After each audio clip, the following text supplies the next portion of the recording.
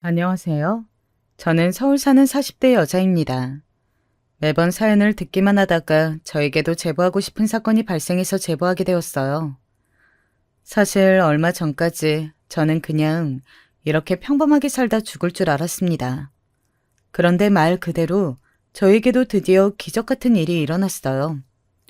혼자만 알고 있기에는 너무 아까워서 널리 알려보려고 합니다. 사람의 인생이라는 게 사연 없는 사람이 없다고들 하잖아요. 저 역시도 순탄한 인생을 살지는 않았습니다. 불행의 시작은 아주 어렸을 때부터였어요. 제가 정확히 8살 때 아빠가 일하는 중에 돌아가셨거든요. 공장에서 일하셨는데 공장 기계가 고장이 나서 그 자리에서 바로 하늘로 가셨어요. 어떻게 손을 쓸 수도 없다고 하셨습니다. 병원에 실려왔을 때는 이미 숨이 끊긴 뒤였다고 하더라고요. 사실 우리 아빠가 엄마에게 좋은 아빠는 아니었어요. 유난히 술을 좋아하던 아빠는 술이 취한 채로 집에 오는 날도 무척 많았습니다. 게다가 주사도 심해서 엄마가 많이 고통스러워했죠. 어렸던 저도 그런 아빠가 싫어서 이불 속에 숨어있던 날도 많았어요. 하지만 그런 아빠여도 세상에 없으니 슬펐습니다. 미워도 우리 아빠잖아요. 그런데 엄마는 하루아침에 남편이 죽은 게 믿을 수가 없었나 봐요. 엄마는 말 그대로 하루아침에 흔적도 없이 사라졌어요. 학교에 다녀왔더니 엄마는 이미 집을 떠난 뒤였습니다. 저나 동생에게 그 어떠한 언질도 없었고 무언가를 남기지도 않았어요. 그냥 진짜 자기 몫을 챙겨서 우리를 떠났습니다. 그렇게 엄마가 떠나고 우리의 거처가 문제가 되었어요. 저는 겨우 학교에 들어간 지 얼마 되지 않았고 동생은 이제 겨우 3살이었거든요. 아빠의 형제라고는 고모와 작은아빠가 전부였는데 둘 다 노골적으로 우리를 데려가지 않으려고 했습니다. 결국 우리 자매는 할머니와 함께 살게 되었어요. 수진아, 수영아, 이제 너희는 할머니랑 여기서 살 거야? 아유, 불쌍한 내 새끼들. 원래 살던 곳보다 많이 시골이지만 어쩔 수 없다. 수영이는 아직 어려서 그렇다 쳐도 수진이는 학교에 가야 하는데 가만히 있어보자. 할머니를 따라간 곳은 시골이었어요. 원래 살던 곳은 그래도 광역시라 주변에 뭐가 있었는데 할머니 집은 너무 시골이라 하루에 버스가 겨우 2~3대가 전부였답니다. 학교도 옆마을까지 30분은 걸어가야 나왔어요. 마을이라고 해봤자 주민도 몇 없어서 전부가 아는 사이였죠. 그런 곳에서 저는 중학생이 될 때까지 자랐습니다. 할머니는 저와 동생이 안쓰럽다고 굉장히 잘해주셨어요. 아빠는 죽고 엄마는 도망갔다며 저와 동생을 보고 가끔은 눈물을 흘리기도 하셨습니다. 그렇게 제가 중학생을 졸업할 때가 되자 당장 제 고등학교를 두고 가족끼리 말이 나오기 시작했어요. 나는 예전에 분명히 말했어요. 절대 저 애들 우리 집으로 못 데려와. 아니 막말로 내가 자라면서 뭐 오빠들이랑 동등하게 컸으면 몰라? 나도 안 나온 고등학교를 보낸다고 내가 미쳤다고 수진이를 데려가서 키워요? 그때랑 지금이랑 시대가 다르잖아. 그리고 나도 마음 같아선 당연히 애들 내가 데려가고 싶지. 그런데 지금 내가 월급도 제대로 못 가져다 주고 있는데 마누라 눈치가 보여. 무엇보다 나는 우리 집이 작아서 안 된다니까. 결국 고모와 작은아빠는 끝까지 저와 동생을 맡으려고 하지 않았어요. 마음 같아선 저도 가기 싫다고 대꾸라도 하고 싶었습니다. 가게 된다 해도 제 마음이 편할 것 같지 않았거든요. 그런 우리 자매를 위해 할머니는 시골집을 팔고 도시로 우리를 데리고 가셨습니다. 고모와 작은아빠도 돈을 조금씩 보태주었어요. 그렇게 근처 도시로 가서 살았는데 불행히 다치게 되었습니다. 할머니는 우리 자매를 데리고 도시로 오셨는데 그때는 한겨울이었어요. 매우 추운 겨울이었고 유난히 눈이 많이 내리는 때였습니다. 길거리에 눈이 많이 쌓여 있었고 눈 때문에 꽁꽁 얼어 있었어요. 그때 할머니가 우리를 위해 시장을 가겠다고 나섰다가 그만 빙판에 미끄러져서 돌아가셨습니다. 바로 돌아가신 것은 아니었고 병원에 며칠 있다가 가셨는데 할머니가 돌아가시기 전에 저에게 한 말이 있었어요. 수진아, 힘들어도 버텨. 알겠지? 세상 사는 게 쉽지 않아도 하늘에서 이 할미가 우리 수진이랑 수영이 지켜보고 있을게. 힘들 때는 하늘을 보고 아빠랑 할머니에게 털어놔. 수영이랑 서로 의지하며 버티고 버텨야 해. 할머니가 먼저 가서 너무 미안하다. 나 할머니 없으면 어떡해? 나 이제 겨우 17살인데 수영이는 12살이야. 이제 우리는 어떡해? 할머니, 죽지 마. 할머니, 내가 미안해. 내가 잘할게. 제발, 제발, 할머니. 제발. 나 할머니 없이 못 살아. 미안하다. 수진아, 옷장 밑에 이불 뒤져봐. 할머니가 비상금으로 모은 돈이 있어. 그거 절대로 고모랑 작은아빠한테는 말하지 마. 알겠니? 미안해. 미안해. 할머니가 그렇게 돌아가시고 아주 정신없이 장례를 치르고 나니 현실이 보였어요. 우리 자매를 고모와 작은아빠는 절대로 데리고 가지 않겠다고 저를 앉혀놓고 말하더라고요. 순간 속에서 울컥하는 마음이 들어 그때 확실히 말했습니다. 네. 고모랑 작은아빠네 집에는 저도 가기 싫어요. 우리 수영이를 보낼 수도 없어요. 가서 애가 얼마나 눈치를 보겠어요? 그러니까 저도 이제 친척은 없다고 생각할 테니 고모랑 작은아빠도 저를 찾지 마세요. 뭐? 아 참나. 뭐 이런 게 다 있어? 도망간 새언니를 똑 닮았네. 눈빛 좀 봐. 오빠 잘 됐다. 우린 이제 얘네한테 신경 안 써도 되겠어. 그래. 너희 동생 데리고 둘이 잘 살아. 힘들다고 찾아와도 빌려줄 돈 없으니까. 수진아, 우리가 절대 일부러 그러는 거 아니야. 고모랑 작은아빠도 당연히 너희 안타깝게 생각해. 그런데 현실이 이러니 어쩔 수가 없다. 너무 원망스럽게 생각하지는 마. 알겠니? 원망스럽게 생각 안 해요. 수영이랑 어떻게든 둘이 서로 의지하며 살 테니까 저희 찾지 마세요. 저도 우리 자매를 두고 그렇게 두 분이 서로 싫다고 싸우는 거 보기 힘들어요. 당당하게 말하면서 사실 속으로 얼마나 떨었는지 몰라요. 그래도 이렇게 털어놓으니까 마음이 참 편하고 좋았습니다.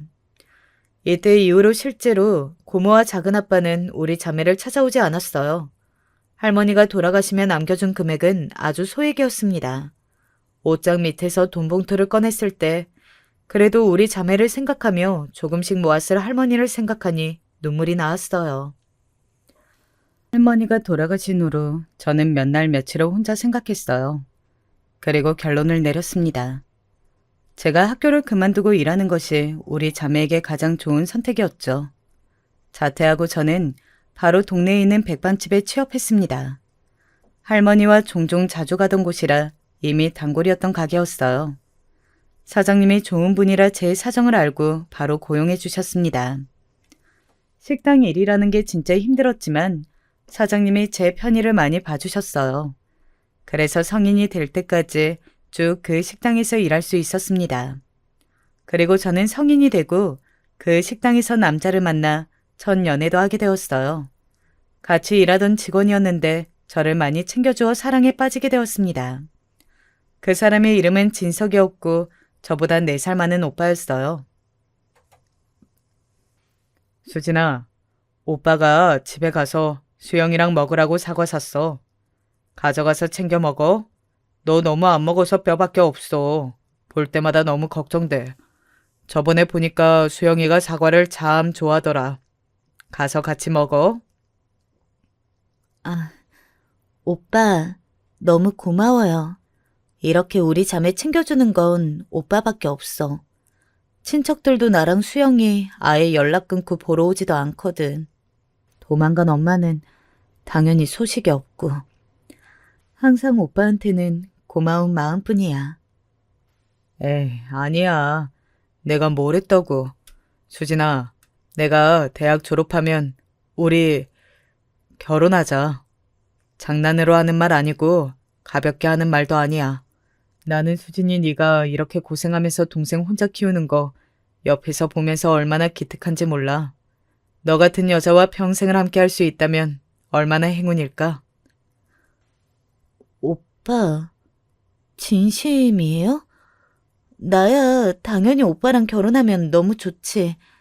그런데 오빠 부모님이 반대하지 않을까요? 오빠가 오빠 입으로 3대 독자라고 했잖아요. 특히 어머님이 오빠 사랑이 엄청나다고 했고, 결혼이라는 게 우리만 좋다고 되는 게 아니잖아요. 저는 조금 걱정이 돼요. 에이, 그게 걱정이야? 우리 엄마가 나를 많이 아끼고 사랑하긴 하지만 그렇다고 사람이 나쁘거나 그러진 않아. 그러니까 그런 걱정은 하지 마. 부모님 설득이야. 그건 내가 알아서 할게. 수진이 너는 오빠만 믿어.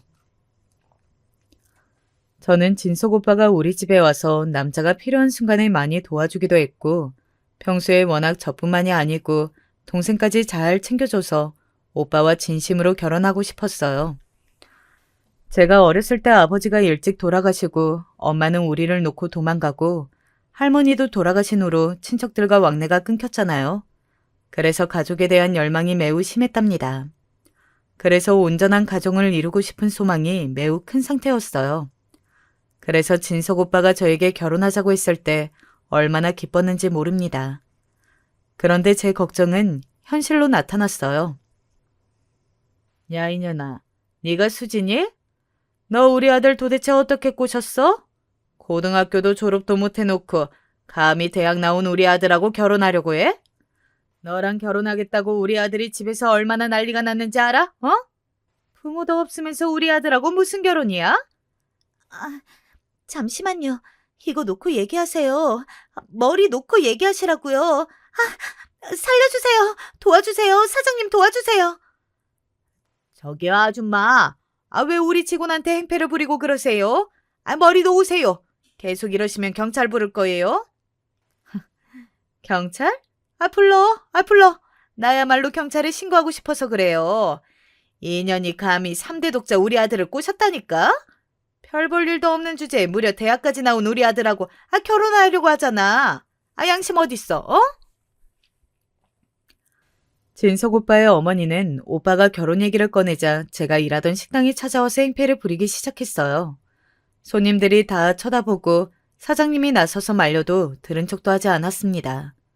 너무 놀라서 눈물도 나오지 않았고 그냥 어안이 벙벙했어요. 현실이라고 믿을 수가 없었죠. 문제는 진석 오빠의 엄마는 이런 행동을 주기적으로 반복했다는 점이었습니다. 계속 찾아와서 장사가 안 될 정도로 행패를 부르니 사장님이 많이 곤란해하셨어요. 저도 일하다 그 아줌마가 보이면 도망가기 바빴습니다. 저를 보면 일단 머리채를 잡으니 어쩔 수가 없었죠. 수진아, 너한테 사장님이 나쁜 감정을 가지고 있는 것은 아니야. 그런데 자꾸 저렇게 와서 난리를 치니까 조금 곤란하네.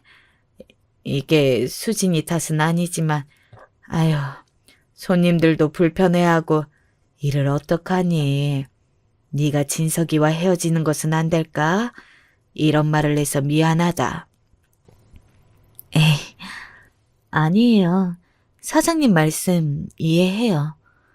그런데 저는 오빠가 지금 제 인생에서 너무 중요한 존재라 헤어지지를 못하겠어요. 제가 그냥 식당을 그만 나올게요. 그동안 감사했습니다. 사장님 아니었으면 제가 어떻게 미성년자 때부터 일하고 동생을 키웠겠어요. 네 선택이 그렇다면 어쩔 수 없지. 우리 수진이는 일도 잘하고 예쁘고 똑똑하니까 어디 가서도 잘할 거야. 혹시라도 나중에 결혼할 마음이 들지 않거나 헤어지면 언제든지 우리 식당으로 다시 와서 일해. 알겠지? 결국 저는 반복되는 아줌마의 행패에 일하던 식당도 그만두게 되었습니다. 사실 아줌마의 영업방해도 그랬지만 제가 그만두게 된 다른 이유도 있었어요. 수진아, 내가 아빠한테 말했는데 아빠는 나보다 네 걱정을 하시더라. 엄마만 설득하면 되니까 그건 걱정하지 마. 이런 시련과 고난이 끝나면 우리는 분명히 더 행복하게 살 수 있을 거야. 그러니 절대 안 좋은 생각은 하지도 마. 그래? 그래도 아버님이 그렇게 생각하시니 다행이다. 오빠, 나는 어렸을 때부터 너무 불행하게 살아서 내 뱃속의 아이는 꼭 지키고 싶어. 우리 아이 낳아서 수영이까지 데리고 행복하게 살자. 당연하지. 우리 아이도 그러고 수영이도 내가 어떻게든 지켜낼 거야. 그러니까 오빠만 믿어. 내가 너 결혼하면 고생이라고는 절대 모르게 할 거야. 사실 저는 결혼 허락을 완전하게 받기도 전에 임신한 상태였어요. 계획에 없던 임신이었고 그래서 오빠가 더 결혼을 서두르기도 했죠. 시어머니의 성격을 이미 아니까 오빠는 일부러 어머니께 말씀드리지 않았어요. 지우라고 할 게 뻔해서 지울 수 없을 때까지 견디자고 했죠. 아버님은 어머님과 완전히 다른 분이라고 오빠는 말했습니다. 그러면서 제 임신 소식을 아버님한테 살짝 말했다고 했어요. 그리고 마침내 제 임신 개월수가 8개월이 되었을 때 시어머니는 제 임신 소식을 알게 되었습니다. 야, 이년아. 너 내 아들 인생 망치게 하려고 작정했지? 그거 내 아들의 아이 맞아? 아니지? 인생 망치려면 혼자 망쳐야지. 왜 내 새끼를 꼬셔서 이 사단을 만들어? 어머니, 이거 놓으세요. 왜 자꾸 저만 보면 일단 머리를 잡고 그러세요? 아, 오빠, 살려줘. 일단 놓고 얘기하세요. 왜 이러시는 거예요? 엄마, 일단 진정해봐. 수진이 고등학교도 안 나온 것도 맞지만 그래도 착하고 성실해. 가게에서 일할 때도 사장님이 얼마나 예뻐했는지 몰라. 무엇보다 내가 우리 수진이를 너무 사랑한단 말이야. 사랑? 웃기고 있네. 순진한 우리 아들을 저렇게 여우 같은 애가 꼬셨어. 아이고, 내 팔자야. 내 새끼는 공부만 해서 이런 여우 같은 여자 만나면 안 되는데. 아유, 어떡해. 나는 몰라. 아이고. 어머니, 제가 잘할게요. 저 고등학생 때부터 동생 혼자 키워서 집안일도 완전히 잘해요. 청소랑 빨래도 잘하고 식당에서 일해서 웬만한 요리도 다 할 수 있어요. 제발 허락해 주세요. 저 진짜 열심히 최선을 다할게요. 시어머니는 제 임신 소식을 알고 동생과 둘이 살던 반지하 단칸방으로 찾아오셨어요. 다행히 그때 진석 오빠와 같이 있었는데 둘이 무릎 꿇고 시어머니에게 빌었습니다. 시어머니는 오로지 저한테만 뭐라 하시고 신세 한탄을 하셨죠. 그래도 그때는 진석 오빠가 완전히 제 편이었고 무엇보다 시아버지가 우리 부부의 결혼에 많은 도움을 주셨습니다. 여보, 그래도 애들이 책임지고 키운다고 하잖아. 이렇게 어른이 되는 거야. 당신이 원하는 며느리가 아닐 수도 있지만 세상 일이 어떻게 마음대로 되겠어. 그냥 그럴 수도 있다고 생각하고 이왕이면 손주 생겨서 좋다고 생각하자. 응? 당신은 그렇게 속 편하게 생각해서 좋겠다. 맨날 그렇게 선비같이 생각하고 행동하면 인생이 재밌니?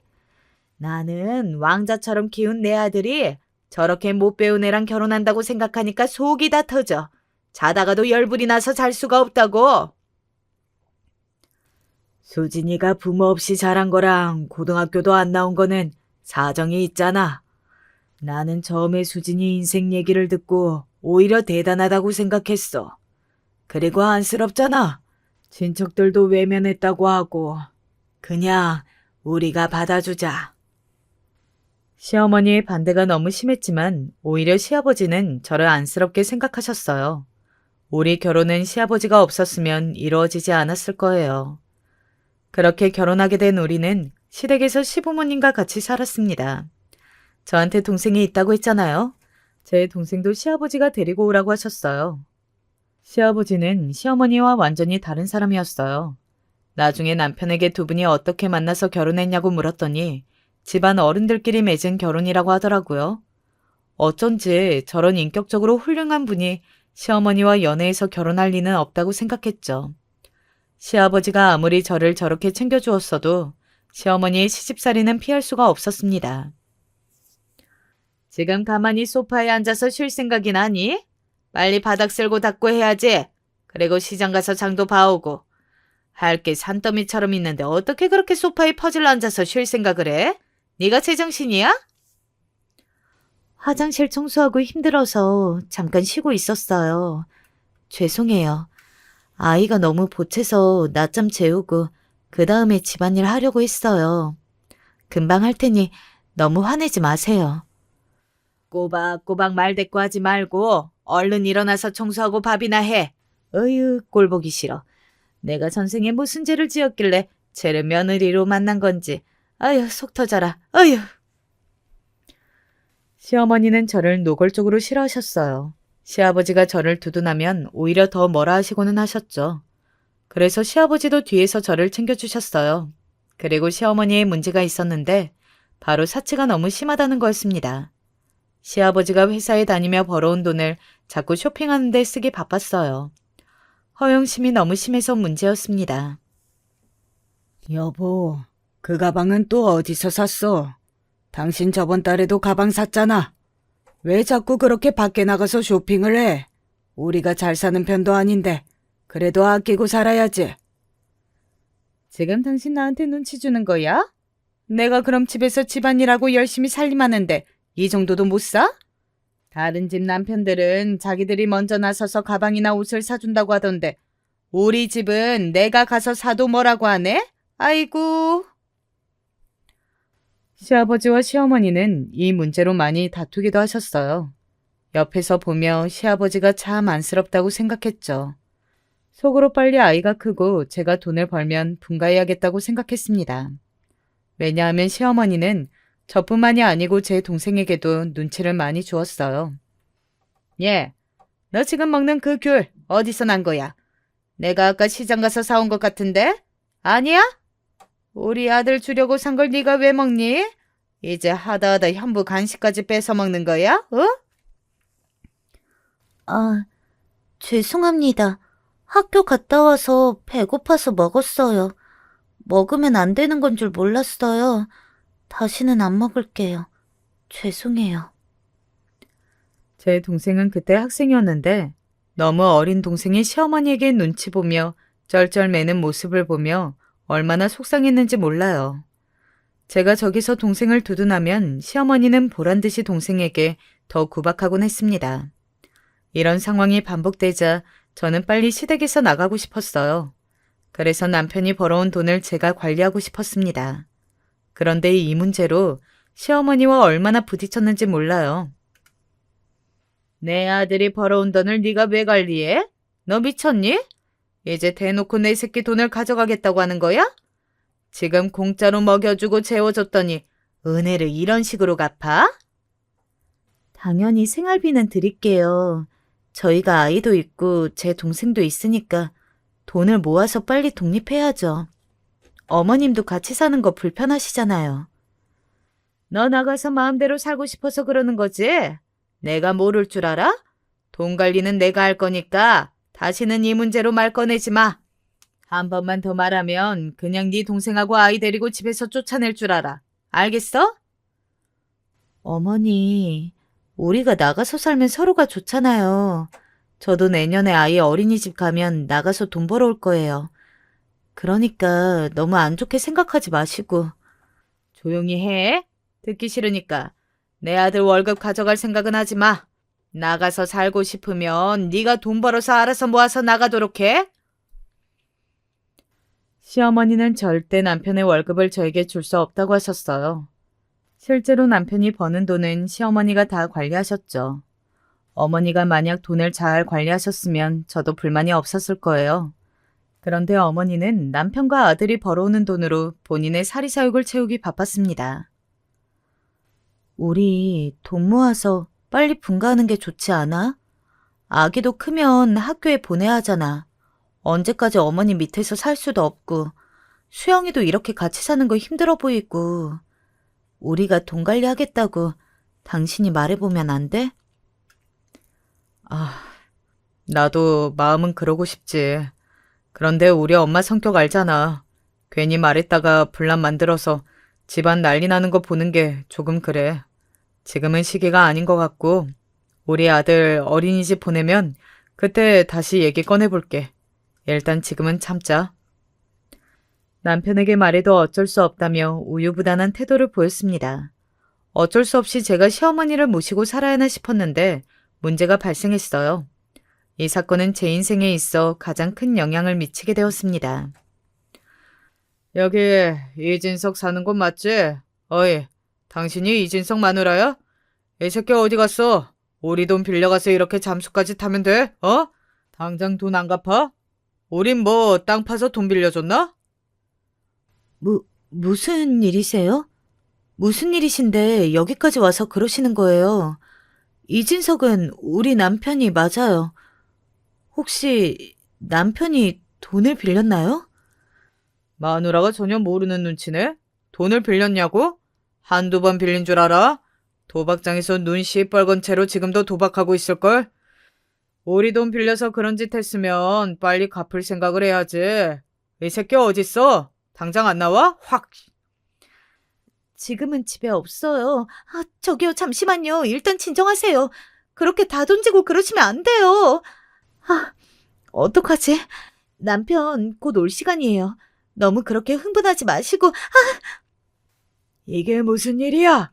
세아가, 괜찮니? 당신들 누구길래 남의 집에 와서 이렇게 행패를 부리는 겁니까? 경찰 부르기 전에 그만하세요. 아가, 방으로 들어가라. 내가 알아서 하마. 돈 내놓으라고. 당신은 뭐야? 이진석 아빠야? 우리한테 빌려간 4천만 원 당장 갚아. 갚을 돈 없어? 그럼 장기라도 내놓던가. 난데없는 사채업자의 출입에 저는 정신을 차릴 수가 없었어요. 다행히 시아버지가 퇴근하고 올 시간이라 덕분에 위험에서 벗어날 수 있었습니다. 잠시 후에 남편이 집에 왔고 사채업자는 딱 2일 줄 테니 돈을 마련하라고 했죠. 집안 살림을 다 부수고 나가서 태풍이 집에 온 것 같은 모양이 되었습니다. 남편에게 사실이냐고 물어봤더니 이실직고 하더라고요. 도박한 것도 모자라서 사채업자에게 돈을 빌려? 너는 네 자식도 있는 놈이 이래도 되는 거냐? 도대체 왜 그런 짓을 한 거야? 조용히 돈을 모아서 모자랄 판에 왜 이러는 거냐? 그냥 직장 사람들 따라서 재미로 했던 건데 소소하게 시작한 게 이렇게 큰 파장을 일으킬 줄은 몰랐어요. 죄송해요, 아버지. 저도 금방 갚을 줄 알았는데 어떡하죠? 당장 저 돈을 어디서 구해요? 시아버지도 남편에게 크게 화를 냈어요. 평소에 워낙 온화한 분이라 저렇게 화내는 모습을 처음 봤었죠. 저는 남편에게 뭐라 할 힘도 나지 않았습니다. 이 현실을 어떻게 해결해야 할지 고민이 많았어요. 그렇게 심각하게 얘기하고 있는 도중 시어머니가 집으로 들어오셨습니다. 그날도 역시 시어머니는 혼자 쇼핑하고 온 상태였어요. 시아버지가 한숨을 쉬고 어렵게 얘기를 꺼냈습니다. 그런데 정말 황당한 일이 일어났어요. 누가 봐도 이 사건은 남편의 잘못이잖아요. 저는 남편이 밖에서 도박하고 사채까지 썼다는 것을 전혀 모르고 있었습니다. 그런데 시어머니가 뭐라고 하셨는지 아세요? 네가 우리 아들을 못 살게 구니까 그런 거 아니야. 내 새끼한테 얼마나 눈치를 줬으면 얘가 나가서 도박하고 돌아다니냐고. 남편은 아내하기 나름인 거 몰라? 이거 다 너 때문이잖아. 며느리 한 명 잘못 들였더니 이 사단이 나네. 으이그 내 팔자야. 어머니, 저는 전혀 모르고 있던 사실이에요. 이 사람이 밖에서 저러고 다닐 줄 누가 알았겠어요? 도박이랑 사채는 저야말로 오늘 알게 된 사실인걸요? 왜 저한테 뭐라고 하세요? 시끄럽다. 남편이 밖에서 뭐하고 다니는지도 모르는데 자랑이냐? 네가 우리 아들한테 신경을 많이 쓰고 내조를 잘했으면 될 일인데 당장 저 돈을 어떻게 구하라는 거야? 네가 나가서 뭐라도 해. 당신은 왜 죄 없는 새아가한테 그러는 거야? 당신이야말로 밖에서 오늘은 도대체 뭘 사온 거야? 밖에서 내가 아무리 돈을 벌어오면 뭐해? 당신도 나중에 진석이처럼 사채 끌어다 쓰고 그러는 거 아니야? 어머? 당신은 갑자기 나한테 왜 화살을 돌려? 당신도 저 여우 같은 며느리한테 넘어간 거야? 아이고, 이제 우리 아들도 모자라서 내 남편까지 구워 삶았어? 시어머니는 갑자기 남편의 도박의 원인이 저에게 있다며 화살을 돌리셨어요. 너무 황당해서 말도 제대로 나오지 않았습니다. 집안은 순식간에 또 난장판이 되었어요. 아이는 놀랐는지 울고 학교에서 돌아온 제 동생은 또 눈치 보며 방에 있는 상황이 발생했습니다. 저는 순간 이렇게는 안 되겠다고 생각했어요. 저도 그렇지만 동생과 우리 아들을 위해서라도 이렇게 살 수는 없더라고요. 이번에는 어떻게든 해결한다 해도 남편이 또 사채를 쓰면 집안이 난리 날 게 뻔했거든요. 더는 못 참아요. 이렇게 살다간 제 인생이 완전히 망할 것 같아요. 그냥 이혼할게요. 어머님, 그렇게 잘난 당신 아들 끌어안고 평생 사세요. 뭐? 지금 너 말 다 했어? 지금 무슨 말을 하는 거야? 내가 이럴 줄 알았어. 이러니까 근본도 없고 부모도 없고 고등학교도 졸업 못한 애랑 왜 결혼하겠다고 한 거야? 아이고, 동네 사람들 창피해서 못 살겠다. 수진아, 네가 어떻게 이래? 부부는 서로 힘들 때 의지하며 사는 게 부부 아니야? 내가 지금 사채 한 번 썼다고 이렇게 이혼 얘기가 쉽게 나와? 당장 나는 이번 주까지 돈을 갚아야 하는데 너는 그런 나를 두고 이혼하자고 해? 갑자기 하는 얘기가 아니야. 예전부터 시어머니가 수영이한테 눈치 주고 그러는 거 못 참겠어. 당신이 벌어오는 돈도 내가 관리 못하고 나는 여기서 그럼 할 수 있는 게 뭔데? 내가 하녀야? 집안일은 내가 다 하고 나 더는 못 참아. 내가 호랑이 새끼를 키웠어. 부모 없이 갈 곳 없는 년 받아줬더니 이게 지금 뭐라는 거야? 아, 그래, 이혼해라, 이혼해. 대신 네 아이는 놓고 가. 내 아들 핏줄을 왜 데리고 간대? 어머니, 말이 되는 소리를 하세요. 막말로 남편이 우리 아들 육아를 하기로 했어요. 신생아 때부터 오로지 제가 먹이고 재우고 했는데요. 무슨 일이 있어도 제 아이는 포기 못해요. 이혼하자는 얘기를 꺼내자 시어머니와 남편은 크게 동요하기 시작했어요. 시아버지는 중간에서 한숨을 푹푹 쉬며 아무 말도 하지 않았습니다. 급기야 시어머니는 우리 아들을 놓고 가라고 하더라고요. 평소에 육아를 아무도 도와주지 않았으면서 무슨 염치가 있어서 저러는지 모르겠더라고요. 그래, 우리 아들은 놓고 가. 나는 수진이 네가 이렇게 나를 버릴 줄은 꿈에도 몰랐어. 너무 실망했다. 그리고 이혼할 거면 그동안 수영이가 우리 집에서 먹고 잔 비용 다 내고 가. 지금 뭐라는 거야? 그렇게 치면 내가 여기서 일한 비용도 다 내. 종일 새벽부터 일어나서 청소하고 빨래하고 혼자 요리하고 다 했는데 그 돈 월급으로 환산해서 내놔. 너랑 네 동생이 우리 집에서 먹고 잔 비용이 훨씬 많을걸? 아, 결국 너도 돈 때문이었구나. 돈이 그렇게 좋아? 지금 내가 돈 없어서 이혼하자는 거잖아. 이제껏 편하게 내 돈으로 살았으면서 사람이 어떻게 이렇게 변하니? 오빠, 얘기는 똑바로 해. 내가 언제 당신 돈으로 편하게 먹고 살았어? 나는 당신 월급 만져본 기억도 없어. 항상 시어머니한테 비굴하게 생활비 달라고 해서 조금 받으면 그걸로 생활했어. 이혼 얘기가 나오니 남편은 다른 사람처럼 돌변했어요. 사람이 돈과 관련되니 태도가 싹 변하더라고요. 그렇게 시어머니와 남편과 편을 먹고 저는 이혼을 가지고 얼마나 싸웠는지 모릅니다. 급기야 시어머니와 남편은 제 동생에게도 뭐라 하기 시작했죠. 저제, 내가 결혼 전에 수영이 너한테 얼마나 잘해줬는지 기억해? 너희 언니는 그렇게 받아먹을 건 다 받아놓고 사람이 저래도 되는 거야? 네가 네 언니한테 말이라도 해봐, 어? 지금 내 동생한테 왜 그러는 거야? 그리고 그렇게 하나하나 따질 거면 내가 그동안 여기서 살면서 얼마나 고생했는지도 따져. 혼자 명절에 하녀처럼 일하고 김장도 혼자 다 하고 오죽하면 나 시장에 가서 상인들이 불쌍하다고 하더라. 그렇게 몇 날 며칠을 싸우는지 모릅니다. 도중에 사채업자가 말한 기한이 다가와서 급하게 시아버지가 주변의 사정에서 돈을 마련했어요. 시어머니가 그동안 샀던 가방도 몇 개를 팔았죠. 겨우 급한 불은 껐지만 앞으로가 걱정되는 것은 어쩔 수가 없었습니다. 이미 남편과의 관계는 끝이 났다고 생각했어요. 서로 험한 말이 오고 갔고 말도 하지 않던 상황이었습니다. 아이 문제도 그렇고 남편은 절대 이혼을 곱게 해줄 생각이 없어 보였어요. 저는 아들을 꼭 데리고 가려고 했기 때문에 서류상으로 완벽히 이혼하고 싶었습니다. 그런 저에게 구세주는 바로 시아버지였어요. 아가, 그동안 우리 집에서 사느라 고생 많았다. 내가 이번에 사건을 해결하는 조건으로 아들에게 이혼하라고 말했다. 그러니 마음 바뀌기 전에 얼른 너도 도장 찍고 이제 갈 길 가렴. 너도 너 삶을 살도록 해. 아버님.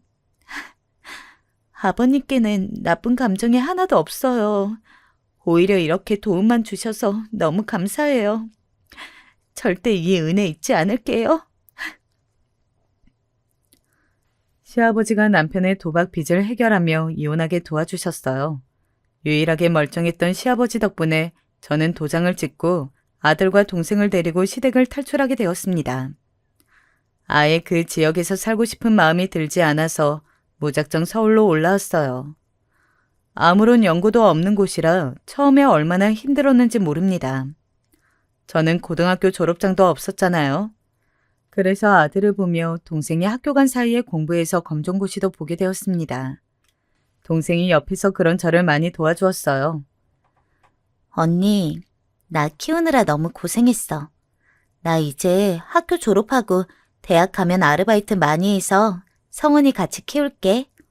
나는 언니가 나를 포기하지 않고 끝까지 이렇게 책임진 거 너무 고맙게 생각해. 할머니가 돌아가시기 전에 무슨 일이 있어도 서로 의지하고 살라고 하셨거든. 물론 할머니 유언이 아니었어도 너는 내가 끝까지 책임졌을 거야. 우리한테 가족은 서로뿐이잖아. 서울에서 방 한 칸에서 저는 동생과 아들을 데리고 살게 되었습니다. 시간이 흐르며 동생은 학교를 졸업했고 장학금을 받으며 대학을 다녔어요. 저는 아들이 어려 공장을 들어갈 수는 없었습니다. 그래서 급하게 구한 방 근처에 있는 김밥집에 일자리를 구했습니다. 아들을 혼자 둘 수는 없어서 동생이 학교에서 오면 대신 봐주었어요. 힘들었지만 서로를 의지하며 그렇게 버티고 버텼습니다. 당연히 사는 게 힘들어서 도중에 주저앉고 싶은 날도 수도 없이 많았어요. 그래도 점차 시간이 흐르며 모은 돈이 생기자 집의 크기가 점점 커졌습니다. 언니, 드디어 우리도 방이 생기는 거야? 와, 너무 감격스러워. 어렸을 때부터 단칸방 생활해서 그런가? 믿기지 않아. 그동안 너무 고생 많았어. 언니 없었으면 나는 이렇게 대학에 다니지도 못했을 거야. 언니야말로 수영이 네가 없었으면 마음 편하게 아이도 못 키웠을 텐데 고마워. 우리 자매가 힘들어도 서로 의지했으니까 이렇게 사는 것도 가능한 거야. 너가 대학 다니며 공부하는 것도 힘든데 아르바이트에서 생활비까지 보탰으니 우리가 이렇게 사는 거지.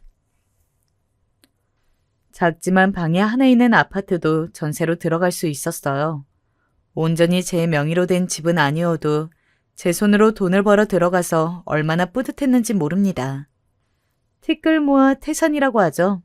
조금씩 모으니 돈이 꽤 되는 모습이 신기했답니다. 어느새 시간이 흘러 15년의 세월이 흘렀어요. 그렇게 저는 힘들어도 아들과 동생을 보며 버티고 있었는데 어느 날 모르는 번호로 전화가 왔습니다. 네, 여보세요? 말씀하세요? 저기요? 누구세요? 말씀 안 하시면 이대로 끊겠습니다. 아가, 나다 나야. 네 전 시아버지 되는 사람이다. 번호가 그대로였구나. 혹시나 해서 전화했더니 다행이구나. 오랜만이야. 잘 지냈니? 아버님? 어머, 아버님. 어떻게 지내셨어요? 세상에 이게 무슨 일이에요? 아가, 갑자기 이런 부탁해서 미안한데 혹시 나 하루만 재워줄 수 있니? 미안하다. 그런데 내가 사정이 있어서. 네? 저 지금 동생하고 아들하고 서울에서 살고 있어요. 아버님, 여기로 오실 수 있으세요? 갑작스럽긴 한데, 일단 주소 불러드리긴 할게요. 이혼하고 시어머니와 남편의 연락을 피하려고 그때 번호를 바꿨거든요. 그러면서 시아버지에게는 워낙 감사한 마음뿐이라 몰래 연락처를 혹시 몰라서 남겨뒀었어요. 그 번호를 그대로 15년째 유지하고 있었는데 시아버지가 처음으로 연락을 주셨습니다. 사실 갑자기 재워달라고 해서 당황스럽긴 했었어요. 아무리 좋은 분이어도 이렇게 오랜만에 연락 와서 재워달라고 하면 당황스럽잖아요. 하지만 상대는 시어머니도 남편도 아니었고 바로 저한테 많은 은혜를 베푼 시아버지여서 허락하게 되었습니다. 갑자기 미안하다. 나도 급하게 결정된 사항이라. 아니 그나저나 아가 어떻게 지냈니? 너무 오랜만이다. 이렇게 사는 거 보면 얼마나 혼자 고생이 많았어. 아버님, 저도 정말 반가워요. 저는 뭐 열심히 일했죠. 동생하고 아들을 책임져야 하니까요. 아버님 얼굴 오랜만에 보니까 옛날 생각이 나요. 돌아가고 싶지는 않아도 아버님 은혜는 잊을 수가 없죠. 아유, 내가 뭘 은혜를 베풀었다고 그러니 나는 한 게 아무것도 없어. 아가, 너는 예전이나 지금이나 여전히 착하구나. 심성이 어떻게 이렇게 고울 수가 있어? 에이, 아니에요. 제가 뭘요? 저 그렇게 착하지 않아요. 아버님이 저한테 워낙 잘해주시니까 그런 거죠. 일단 아버님, 좀 주무세요. 서울까지 오시느라 고생 많으셨어요. 그렇게 오랜만에 본 시아버지와 반가운 재회를 하고 저도 잠자리에 들었습니다. 시아버지는 여전히 다정하고 친절하셨어요. 시어머니나 남편이었으면 주소도 알려주지 않았을 텐데 시아버지는 너무 반가운 존재였습니다. 그런데 자고 일어났더니 시아버지가 온데간데 사라지고 없었어요. 급하게 오셨다고 하더니 급하게 볼일 보러 간 건가 싶었습니다. 그래도 인사는 하고 가지 아쉬운 마음도 들었어요. 그런데 바로 그때였어요. 갑자기 전화 한 통이 울려서 받았더니 부동산이더라고요. 진짜 집 살 거죠? 아까 시아버지 되는 분이 잔금 다 놓고 가셨고, 본인 동의만 받으면 된다고 하던데요? 맞죠? 일단 빨리 여기 부동산으로 내려오세요. 집주인도 기다리고 있어요. 도대체 이게 무슨 소리인가 싶어서 어안이 벙벙했습니다. 자고 일어났더니 난데없이 제가 아파트를 가지게 되었다니요? 믿을 수가 없어서 시아버지에게 전화를 걸었더니 다행히 받더라고요. 아가, 그동안 열심히 사느라 고생 많았다. 내가 사실 로또에 당첨이 되었어. 이 사실을 며칠 전에 알았는데 나는 지금 병에 걸려서 이 돈이 필요가 없단다. 곧 죽을 목숨인데 이 돈을 어디서 써야 할지 고민하다 너에게 주마. 그리고 네가 이혼하고 아내 사치는 날이 갈수록 심해졌고 아들의 도박도 심해졌어. 그래서 나도 얼마 못 가 이혼하게 되었단다. 네가 사는 모습을 보니 얼마나 고생했는지 느껴지기도 했고 오랜만에 손자를 보니까 얼마나 애틋하던지. 이제 아가, 너는 하고 싶은 거 다 하고 살으렴. 어머, 아버님, 갑자기 이런 소식을 들으니까 꿈을 꾸는 것 같아요. 그런 사연이 있는 줄은 전혀 몰랐어요. 아버님, 어디 계세요? 얼굴 보고 얘기해요. 그리고 어디가 편찮으신 건가요? 아버님, 제가 거기로 갈게요. 아버님을 다시 만나 얘기를 들었더니 전화 그대로였어요. 실제로 로또에 당첨되어 어마어마한 금액이 생긴 것도 맞았어요. 아버님은 그 돈을 저와 동생과 우리 아들이 같이 살 수 있는 고급 아파트를 사고 또 평생 먹고 살 수 있을 만큼 주셨어요. 저도 처음에는 받을 수 없다고 거절했지만 아버님 또한 고집이 장난 아니었습니다. 나는 아직도 어렸을 때 네가 힘들게 우리 집에서 새벽부터 일어나 집안일 하던 게 머릿속에 생생하단다. 아내 성격이 워낙 드세서 네가 많이 힘들었을 거야. 아가, 그때 고생 많았고 이제는 행복하게 먹고 싶은 거 다 먹고 하고 싶은 것 있으면 다 하며 살으렴. 너무 계속 거절하는 것도 예의가 아닌 것 같아 결국 저는 그렇게 한순간에 부자가 되었습니다. 아버님은 결국 지금 입원하셨는데 제가 병간호도 하고 있어요. 의사가 말한 기간보다 더 살고 계시는데 최대한 오래 살다 가실 수 있게 제가 많이 도와드리려고요. 그리고 사람은 역시 변하지 않는다고 하죠. 시아버지와 남편은 결국 돈 문제로 아직도 문제가 많다고 하더라고요. 그래서 시아버지는 일부러 로또 당첨 사실을 알리지 않았다고 합니다. 어차피 이혼한 상태라 알리지 않아도 괜찮았죠. 여기까지가 제가 준비한 사연인데요. 재밌게 들으셨나요? 힘든 어린 시절을 보냈고 그 뒤로도 절대 편한 인생을 살지 않았는데 결국 이렇게 다 돌려받으니 얼마나 기쁜지 모릅니다. 앞으로 저는 시아버지를 모시고 동생과 아들을 키우며 행복하게 잘 살도록 할게요. 들어주셔서 감사합니다.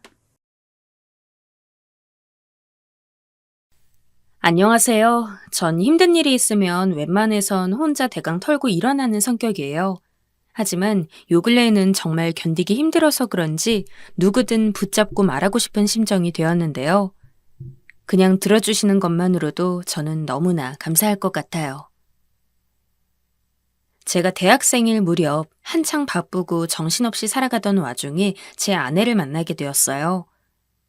하지만 당시 아내는 고등학생이었고 아르바이트생과 손님으로 만나게 된 거라 썩 쉽게 이뤄지기는 어려운 관계였답니다. 제가 몇 번 갔던 치킨집은 우리 가족들이 무척 좋아해서 즐겨 시켜 먹던 곳이었는데요. 대학생이 되고 나중에 친구들과 오랜만에 갔더니 가게 평수를 늘리면서 알바생을 쓰고 있더라고요. 신기해서 주변을 둘러보고 있던 중 주문받으러 나타난 한 여자분을 보고 저를 비롯해 친구들은 모두 할 말을 잃었어요. 눈도 땡그랗고 얼굴은 엄청 작고 가냘픈 턱선을 갖고 있는 데다 피부도 무척 하얗고 머리도 길고 키도 크고 전체적으로 길쭉길쭉한 것이 일반 동네에서 보기 힘든 타입이었답니다. 저뿐 아니라 옆에 있던 친구 녀석들까지 어떻게든 번호를 물어보겠다며 난리들이었으니 일반적으로 남자들이라면 누구나 좋아할 만한 외모를 갖고 있었어요. 그런데 어딘가 앳된 느낌이 들기도 하고 사실 저희도 막 대학교 들어간 초년생이었으니 그냥 비슷하게 우리 또래인 줄 알고 있었어요. 하지만 수줍은 저는 말도 못 걸고 흑심이 있던 다른 친구 녀석이 말을 걸어서 대화를 나눠보고 우리는 나름의 충격을 받게 되었죠. 우리 또래일 거라 생각했는데 고3이라는 거예요. 사실 그 전년도였다면 우리가 고3일 때 고2였을 테니 그렇게 따지면 별 차이가 없잖아요. 관심 있어 하던 친구 녀석들은 그녀의 나이를 듣고 나니 아직 학생이라는 생각에 호감이 확 떨어진 것 같았죠. 하지만 전 여전히 호감이 남아있었고 그녀에 대한 마음이 꾸준했어요. 하도 자주 가다 보니 그녀도 제 얼굴을 익혀서 이제는 뭘 주문할지도 알더라고요. 먼저 말을 꺼내는데 저는 왜 그 순간 그렇게 용기가 났던 걸까요? 스스로도 놀라울 지경이었습니다. 안녕하세요. 오늘도 양념 반 후라이드 반에 감자튀김 드리면 될까요? 네, 저기 혹시 치킨 좋아하시나요? 저는 너무나 급한 마음에 뭔 말을 하고 있는지도 의식하지 못한 채 마구마구 그녀에게 퍼붓게 되었어요. 네? 치킨이요? 저기 이제 더 이상 전 못 먹을 것 같아요. 우리 가족들도.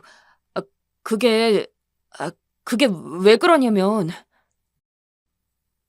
손님, 무슨 말씀이세요? 당황스러워하며 카운터 앞에 서 있는 그에게 저는 결국 망설이다가 횡설수설 일을 질러버렸죠.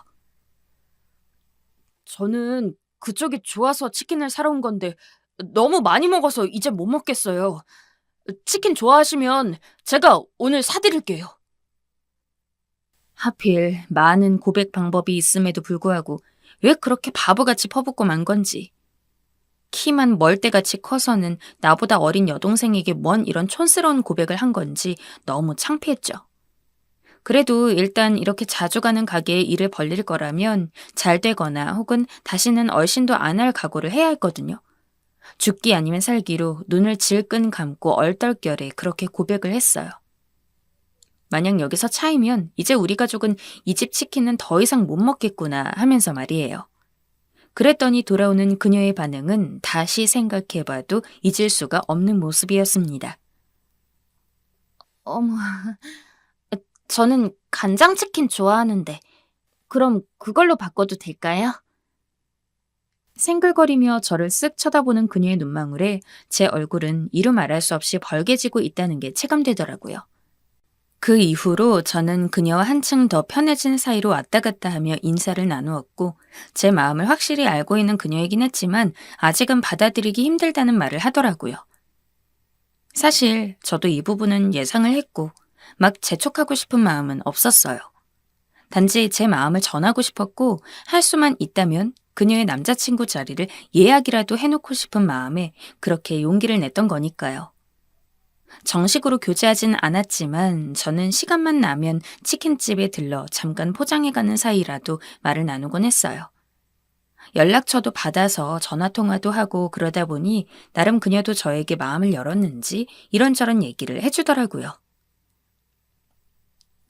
사실 저는 대학을 굳이 목표로 하는 건 아니에요. 그럴 형편도 안 되거든요. 전 엄마 아빠가 안 계세요. 초등학교 무렵 엄마는 집을 나가셨고 아빠는 몇 년 전에 암으로 돌아가셨거든요. 여동생이랑 남동생이 있는데 얘네들 생각하면 제가 일을 해야 해요. 이런 얘기를 듣고 있자니 한창 그녀에게 푹 빠져든 저는 그걸 알고도 그냥 넘길 수 없었어요. 집에서 어머니가 반찬을 하는 날이면 혼자 자취하는 친구 녀석들 챙겨준답시고 잔뜩 싸다가 그녀의 집에 갖다 주곤 했답니다. 일부러 어머니께 김치를 담가달라, 어머니 손맛이 좋다며 친구들 칭찬이 자자하다는 등 거짓말을 해가며 온갖 반찬들을 얻어냈죠. 이렇게 챙겨주는 제 모습을 보고 그녀의 동생들도 저에게 조금씩 마음을 열었고 저도 왠지 모르게 그들에게 정이 가더라고요. 그렇게 시간을 보내오는 사이 1년이라는 시간이 지나게 되었고 드디어 20살이 된 그녀와 저는 정식으로 연애를 하게 되었답니다. 한창 만나다 군입대를 하게 되었고 간간히 전해오는 편지와 사진들을 주고받으며 힘든 시기를 잘 견뎌냈어요. 제대한 후 얼마간 잘 못 봤던 동안 그녀는 더욱 아름다워졌고 성숙해졌더라고요. 저 역시 앞으로 펼쳐질 미래들을 생각하다 보니 우리의 연애도 좀 더 어른스러워진 것 같았어요. 이후 그녀의 동생들도 대학에 진학하게 되었고 다들 열심히 알바를 하면서 학비에 보태거나 장학금을 받기도 하는 등 열심히 하더라고요. 그런 모습들을 보면서 흐뭇하게 연애하며 정식 교제를 한 일에 6년 정도가 지나게 되었죠. 그쯤 되니 저도 결혼을 슬슬 생각하게 되더라고요. 부모님은 아직 30도 안 되었는데 뭘 그렇게 빨리 결혼하려고 하냐. 취직했으면 돈 좀 더 벌고서 하지 그러냐고 썩 좋아하지 않더라고요. 나름 저도 모은 돈이 있고 작은 집에서라도 그녀와 빨리 시작하고 싶은 마음이 자꾸 불붙더라고요. 부모님께선 그렇게 결혼하고 싶으면 여자친구를 데려와 보라고 하셔서 인사를 갔는데 다들 예쁘고 키도 크고 늘씬한 아내를 보며 어디서 이런 여자친구를 만났냐고 신기해하셨죠. 그간 가족들에겐 딱히 말하지 않고 조용히 고군분투하며 살아왔거든요. 그러나 이후 다시 저만 불러놓고 하시는 말씀을 들어보니 결혼에 대해선 좀 부정적인 것 같더군요. 아무래도 연애가 아닌 결혼이었고 생전 여자친구 데려온 적 없던 제가 갑작스레 하는 얘기라 부모님은 많이 당황스러워 하셨죠. 저 역시 1, 2년 만나고 결정한 게 아니라 꽤 오랜 시간을 견고하게 굳혀왔던 마음이었기에 쉽게 바꿀 수 없더군요. 그 이후로 우리 부모님이 결혼을 허락하신 뒤에는 뭐든지 일사천리로 일이 쉽게 진행됐어요. 저도 괜찮은 직장에 들어갔기에 수입은 누가 봐도 안정적이었고 집을 살 때는 부모님이 좀 보태주셔서 이 또한 엄청나게 큰 부담은 없었고요. 처제와 처남은 각자 살 길을 찾기 시작했고 저와 아내는 둘만의 가정으로 완연히 독립해서 살게 되었어요. 결혼할 무렵 아내는 작은 텔레마케터 관련 회사를 다니고 있었는데 이후에는 저에게 금전적으로 보탬이 되고 싶다며 다른 일을 알아보더군요. 전 딱히 어려울 게 없는데 아내는 생각이 좀 달랐던 것 같아요. 오빠는 부모님 밑에서 공부도 하고 할 거 다 해서 잘 모를 거야. 난 뒤늦게라도 공부해보고 싶어. 그렇게 해서 재산도 차분히 불려서 오빠랑 어머니 아버님께도 나름 도움이 되고 싶단 말이야. 생각해보니 한창 꽃다운 나이에 결혼할 때까지 동생만을 위하며 살았던 아내였어요. 그런데다가 사실 아내는 좀 더 자기의 삶을 살 수도 있었는데 제가 결혼하자고 데려와 버렸으니 또다시 자신만의 뭔가를 하게 될 기회를 놓친 셈이었고요. 문득 내 인생 계획 안에 아내를 데리고 와서 맞추게 한 느낌이 들어 한편으론 미안하더라고요. 그래서 저는 전적으로 지원해 주기로 했습니다. 아내는 부동산 관련 공부를 시작하겠다며 자격증을 따기 위해 열심히 학원을 다녔어요. 저도 당시에 일이 무척 바빠지면서 한 달에 2번 정도는 꼭 해외 출장을 다녀야 했어요. 시간도 늘 촉박했고 집을 비울 때도 많았지만 집에서 열심히 자기 개발을 위해 공부하고 있는 아내가 있고 드디어 내 아내라는 자리로 저렇게 내 집에서 살고 있다는 자체가 너무 좋았죠. 고되고 힘든 출장을 마치고 오거나 평일에 업무를 마치고 오면 늘상 집에 아내가 저를 기다리고 있었거든요. 정말 제가 일생에 가장 힘들게 노력해서 얻은 것 중 하나가 아내라고 해도 과언이 아니었어요. 당시 이렇게 고군분투하는 아내를 보니 저도 질 수 없어 일도 열심히 매달리며 나름 조금씩 단계별로 올라가고 성취감도 함께 맛보게 되었답니다. 정말 여러모로 저에게 있어 신혼이란 꽤나 귀중한 의미를 갖고 있었던 것 같아요. 그렇게 가장 단맛이 나는 초기 2년을 보내고 3년 차쯤 될 무렵에도 저는 여전히 출장 스케줄이 빡빡했어요. 그래도 그 사이 아내는 부동산 자격증을 따진 못했지만 현장에서 배워보기라도 하겠다며 취직하게 되었죠. 늘 바쁜 남편이라 이런 상황도 잘 신경 써주지 못했지만 나름 본인은 만족스럽게 잘하고 있는 걸 보니 흐뭇했는데요. 어느 날 출장길에서 일찍 돌아온 날 아내가 보이지 않아 직장에서 늦나 보다 했어요. 그런데 아무래도 오랜만에 제가 이렇게 일찍 온 거니 맛있는 저녁이라도 사주려고 차를 갖고 가서 전화를 했답니다. 퇴근 시간을 대강 알고 있었으니까요. 그런데 밖에서 유리문으로 사무실이 들여다 보이는데 제가 아무리 전화를 걸어도 받지 않고 안에 사장님인 듯한 분과 얘기를 하고 있더라고요. 계속 울려대는 전화기를 쳐다보는 듯해서 이제 받겠구나 싶어서 음식점 어디에 가자는 말을 속으로 준비하고 있는데 아내는 전화기를 바로 뒤집어두는 게 아니겠어요? 순간 저는 약간 충격받아 좀 얼떨떨했어요. 그래도 뭐 어쩌겠습니까? 일단은 엄연히 직장에 있고 같이 일하는 사람과 얘기하고 있던 중이니 그게 중요했을 거예요. 내가 아내를 곤란하게 한 것 같아 일단은 전화를 끊고 그냥 말없이 기다리려 하는데 살짝 뭔가 이상한 이미지가 확 스쳐간 느낌이 들었어요. 설마 싶어서 다시 눈을 제대로 뜨고 봤는데 아무리 봐도 납득이 안 되는 광경이 눈앞에서 만들어지고 있었습니다. 제 아내가 글쎄 계속 말을 나누고 있던 그 사장에게 어깨동무를 하는 게 아니겠어요? 새로 취업한 곳 사장님이 무척 잘해주신다, 잘 가르쳐주신다고 해서 저도 감사하게 생각하고 있었지만 아무리 그래도 저런 스킨십은 말이 되지 않는 거잖아요. 게다가 이제 30대 초반인 아내에 비해 그 사장은 적어도 50살은 돼 보였거든요. 하지만 저는 이윽고 이 상태에서 5초도 되지 않아 벌어진 일에 그만 기함을 터뜨리고 말았습니다. 제 아내의 볼에 아무렇지 않게 그 사장놈이 입을 맞추었기 때문입니다.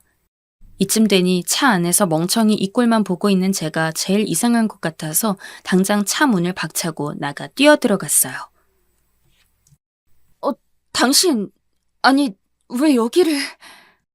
당장 떨어져. 지금 뭐 하는 짓이야? 그러자 아내는 놀라서 팔을 그제서야 풀고 사장은 얼굴이 허옇게 질려서는 연신 장기침을 해대더군요. 그러더니 재빨리 겉옷을 챙겨서 이 자리를 피하려고 하는 것 같길래 전 바로 멱살부터 잡아 쥐었어요. 내 아내에게 뭔 짓 하는 거냐고 소리를 빽빽 질러대는 저에게 사장은 자긴 아무 관계 아니라며 기어코 손을 뿌리치더니 도망치더군요. 그쯤 되니 그 멍청하게 텅 비어있는 공간에 저와 아내만 멀뚱히 남아서 한참을 아무 말 없이 이상한 정적 안에 갇혀있게 되었죠. 아무리 생각해봐도 아내에게 잘못이 있는 건데 저는 왜 아내에게 입도 뻥끗 못하고 있는 건지 이해가 안 갔어요. 먼저 팔을 자연스럽게 걸치며 몸을 기울이던 것도 아니었고 솔직히 다시 한번 되새겨보는 자체도 토악질이 날 정도로 괴롭지만 딱 봐도 아빠처럼 나이차 보이는 그 사장놈이 아내의 볼에 입을 맞출 때 가만히 웃던 것도 아니었죠. 이젠 여기서 아내가 뭘 더 설명한다고 해도 제가 이해할 수 있는 이유는 없었어요. 그런데 더 미치겠는 건 외려 저한테 화를 내는 아내의 저 태도 때문이었죠. 나 일하는 데까지 찾아와서 뭐 하는 거야? 게다가 멱살은 또 왜 잡는 거야? 당신 깡패야? 뭐라고? 지금 네가 그런 말 할 때야? 그러자 아내는 마치 준비라도 해놓은 듯 속사포처럼 말해대는데 어지러워서 눈앞이 하얘지더군요. 왜? 충격받았어? 그럼 뭐 어쩌게? 이혼이라도 하자고? 그래, 그럼 이혼해. 아니, 잠깐 미연아. 너 제정신이야? 그게 네가 할 말이라고 생각해? 그럼 뭐, 엎드려서 싹싹 빌 줄이라도 알았나 봐. 난 당신이랑 안 살고 싶어. 나야말로 당신한테 실망했고 정말 최악이라고 생각해. 이혼해. 아내는 정말 무서울 정도로 막무가내였고 제 마지막 남아있는 자존심까지 완전 다 깨부숴야 속이 시원한 사람 마냥 굴더군요. 도대체 제가 아내에게 뭘 잘못해서 이런 꼴을 당하게 된 걸까요? 차라리 제가 바람이라도 피웠더라면 몹쓸 짓이라도 했더라면 아무튼 납득이라도 할 만한 뭔가라도 있어서 처절하게 받아들여야 하는 쪽이었다면 나았을까요? 갑자기 이렇게 망치로 사람 머리를 때리듯 뒤통수 치는데 저는 제정신으로 견딜 수 없었죠. 도저히 신혼집에 있을 수가 없어 본가로 피하듯 갔고 이상해 보이는 제 상태에 부모님은 즉시 캐물으시더군요. 저는 이성이고 뭐고 다 없어진 상태라 그냥 생각나는 대로 제가 본 광경을 그냥 줄줄줄 말해버리는 수밖에 없었죠. 잃으려고 했다기보단 넋이 나가서 마치 침을 흘리듯 생각나는 대로 배설을 했다고나 해야 할까요? 모든 사정을 다 들으신 저희 부모님은 그저 며느리에겐 아무 말도 안 하고 어떤 터치도 하고 싶지 않다며 그저 조용히 제가 이혼만 했으면 좋겠다고 하시더군요. 사실 저도 그게 답인 걸 알고 있었고 아들인 제가 이렇게 박살나는 걸 보고 결코 참고 싶지 않았을 텐데 그냥 꾹 참으시는 모습에 죄송하기도 했어요. 하지만 저렇게 사람이 돌변해버려서 갑작스레 이상해진 아내를 보고 있으니 저는 조금도 적응할 수가 없어 회사도 당분간 휴직하게 되었답니다. 전혀 자신의 모습을 들여다보지 않고 무슨 저에게 원수를 진 마냥 자기를 외롭게 했다는 둥 다 모든 게 나 때문이고 내 잘못이라고 말해대는 아내를 납득할 수 없었어요. 억지로 받아들여 보려고도 했지만 이러다가 정말 정신병이라도 걸릴 것 같더군요. 결국 저는 도저히 이 꼴을 두고 볼 수 없다고 판단한 부모님의 행동하에 자의반 타의반으로 이혼을 하게 되었죠. 그렇게 아주 지저분하고 골치 아프게 헤어지는 과정 중에 아내가 심지어 임신도 하고 있었다는 걸 알게 되었어요. 입덧하느라 몇 번을 토하러 가고 진짜 이 꼴을 더 보고 있으려니 내가 내 숨이 붙어있게 하기 위해서라도 이혼하는 게 맞겠더군요. 가까스로 그렇게 생사를 잘라내듯 억지로 떼내게 되었으나 전 다시 복직하는 데에 실패하게 되었어요. 왜냐하면 2, 3년을 거의 버리듯 폐인처럼 살았기 때문이에요. 그래도 그나마 감사한 것은 부모님이 이런 저를 책망하거나 내쫓지 않으셨고 30대를 훌쩍 넘긴 아들이 이혼하고 다시 집에 들어와서 낮에는 자고 밤에는 술만 마시는 모양새를 견뎌 오신 것입니다. 나중에 어머니께서 갑상선이 안 좋으셔서 꽤 위독한 진단을 받게 되시니 그쯤 돼서야 저도 정신이 들더군요. 내가 모든 걸 손 놓고 있던 사이 세상은 계속 빠르게 변하고 있었고 취업 준비를 하면서 맞닥뜨린 세상은 차가운 물에 얼굴을 담그듯 호락호락하지 않았어요. 말없이 믿어주신 어머니가 저렇게 아프신 걸 보고 겨우 정신 차려서 저도 취직을 하게 되었고, 그렇게 다시 바쁜 날들을 보내게 되었어요. 그런데 그러던 차에 솔직히 상상도 할 수 없었던 곳에서 연락을 받게 되었죠. 그건 바로 다름 아닌 전처, 아내의 남동생인 처남으로부터 받게 된 전화였습니다. 딱히 무슨 생각이 있어서 전화번호를 안 바꾼 것도 아니었고, 그냥 무념무상이라 모든 걸 내버려둔 채 사람들 연락도 안 받고 살았는데요. 다시 일을 시작하면서 별 생각 없이 기존 번호를 그대로 쓴 것뿐이었죠. 그런데 그 번호로 처남에게 연락이 온 것입니다. 저를 매형이라고 부르며 입을 떼는 그 소리에 한 몇 초간 멍해져서 어떤 대꾸도 하기 어렵더군요. 목소리를 겨우 가다듬고 저도 답을 했어요. 무슨 일이냐고요. 그런데 돌아온 처남의 대답은 제가 그 찰나에 잠깐 예상했던 그대로 보통 일이 아니었더군요. 매형, 죄송해요. 이렇게 연락드려서. 그런데 저기 여기 와주시면 안 될까요? 부탁드립니다. 정말 죄송합니다. 일단은 무슨 일이고 어디를 오라는 것이냐고 저도 목소리를 다시 고쳐 냉정하게 되물었죠. 처음엔 저를 매형이라고 부르는 소리에 놀랐지만 길게 이어지는 처남의 말을 듣고 있으니 점점 이성이 돌아오면서 얼굴이 확 굳었기 때문이에요. 그런데 처남이 와달라는 장소를 듣고 또다시 혀가 굳은 듯 말이 나오지 않았습니다. 저희 누나 먼저 갔습니다, 매형. 이런 전화도 하면 안 되는 거 아는데 죄송합니다. 제 생각만 했네요. 여기까지 듣고 나니 저는 연신 이어지는 충격에 계속 망치로 얻어맞는 느낌이 들었죠. 뭐가 어찌됐든 저는 사실 아내의 결말이 어떠하기를 상상해 본 적 없고 뭔가 어떤 끝이 있을 거란 생각도 해보지 않았어요. 제가 아내를 용서해서라든지 아니면 덜 밉고 덜 힘들어서 그런 게 아니에요. 그냥 제 온 청춘이 들어가 있는 시간 그 자체였기 때문에 그 문을 열기도 닫기도 무서워서 아무런 생각도 못한 채 묻어두고 있었어요.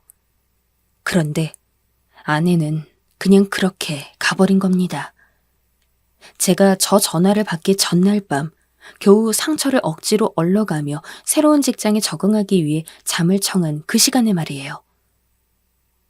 얼라간 상태로 장례식에 도착해보니 그 자리엔 처남과 처제와 몇몇 사람들이 뒤숭숭하게 오갈 뿐 거의 텅텅 비어있더군요. 처제는 저를 보자마자 처남을 노려보더니 도망치듯 자리를 떠버렸고 처남은 절 보자마자 울먹이고 달려와서 손을 잡더군요. 매형, 제 욕심에 불러서 죄송해요. 저희 누나 용서해주지 마세요. 하지만 불쌍하게 생각해 주시면 안 될까요, 매형?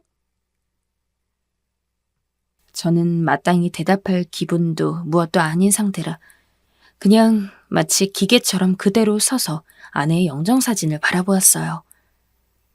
최근 사진이 없었던 것인지 저와 이혼할 무렵의 사진이더군요. 그래서인지 뭔가 더 속상하고 많은 생각들이 오갔습니다. 겨우 장례를 마치고 나니 기간 내내 눈치 보고 있던 처제가 다가와서 제 손에 뭔가를 쥐어주고 가더군요. 아무래도 저에게 면목이 없어서 말도 못 걸고 있었던 것 같고 생각 없이 저를 불렀다며 자기 오빠를 원망하고 있었던 모양이에요. 그런 처제가 저에게 주고 간 것은 하얗게 접혀있는 편지였어요.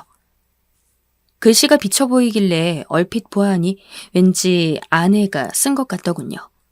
그걸 열어보니 꽤 여러 장인 것 같은데 그중 저에 대한 얘기가 있는 것을 전해준 것 같았습니다. 앞뒤로 이야기가 더 있는 것 같은데 제 얘기가 있는 부분만 처제가 따로 빼서 준 것 같았어요. 아마 유언장이었다는 생각이 들더군요. 우린 어릴 때부터 편지를 많이 주고받았고 군대에 갔을 때도 수도 없이 주고받았던 아내의 글씨는 대충 봐도 한눈에 알 수 있었어요. 그런 글씨로 적혀져 있는 내용을 읽고 나니 저는 거기에 답할 수 없어서 가슴이 비비 꼬이듯 괴로워졌습니다. 그 내용을 다 옮길 수는 없지만 대강은 이렇더군요. 평생 아빠의 사랑을 받아보지 못했는데 나이 차도 많이 나고 어른의 느낌이 컸던 부동산 사장에게서 아빠의 느낌이 들어서 자기가 제정신이 아니었던 것 같다고요.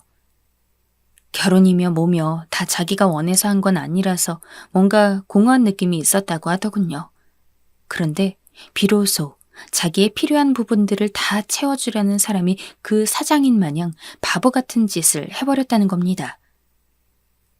지나고 보니 자기가 제 삶에 끌려온 것 같았지만 가장 안전하게 보호해 주었던 것은 결국 저인 것 같다며 이제 와서 극심하게 후회를 한다더군요.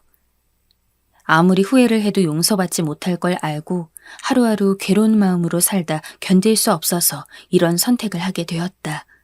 그저 미안하다.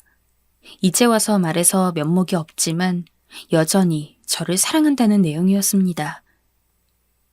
이렇게 끝맺어지는 편지를 보고 있자니 만약 그런 일이 벌어지기 직전에 받게 된 편지였다면 저는 뭐라고 답했을까? 한참 생각해 보게 되었어요. 물론 이런 비극적인 일로 넘어가는 것은 결단코 반대이지만 그렇다고 나는 두 팔 벌려 울면서 다시 아내를 끌어안을 수 있었을지 아니면 여전히 사랑하는 마음은 있으면서도 이제 물과 기름처럼 두 번 다신 하나가 될 수 없다는 것을 전했을지 잘 모르겠습니다. 아내를 용서할 수 있는지 아닌지 아직도 사랑하는지 아닌지를 따질 수는 없을 것 같아요. 다만 아내가 이런 선택을 하기 전으로 돌릴 수만 있다면 저는 여한이 없을 텐데 이것으로 저는 새로운 상처를 또 이어받고 또다시 일상이 마비가 되어 있어요. 부모님도 뒤늦게 소식을 전해 들으시고 일절 말씀이 없으셨고 저에게 이렇다 저렇다 훈계를 하진 않고 있습니다. 저는 이런 상황에서 다시 또 일어나서 홀로 걸어가야 할 텐데 좀처럼 기운이 나질 않아요. 어떻게 일어서야 할지 정말 답을 모르겠습니다. 저는 저대로 살아가야만 한다는 걸 알지만 말입니다.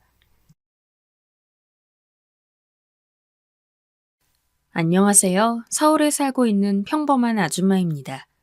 제가 이런 곳에 사연을 올릴 줄은 몰랐어요. 그냥 누구에게라도 고생했다는 말 한마디가 듣고 싶어서 이렇게 사연을 보내는 것 같아요. 사연을 끝까지 들어주시고 고생했다는 말 한마디 해주실 수 있을까요? 외동딸로 한평생을 살아온 저와 달리 남편은 형제가 있었습니다.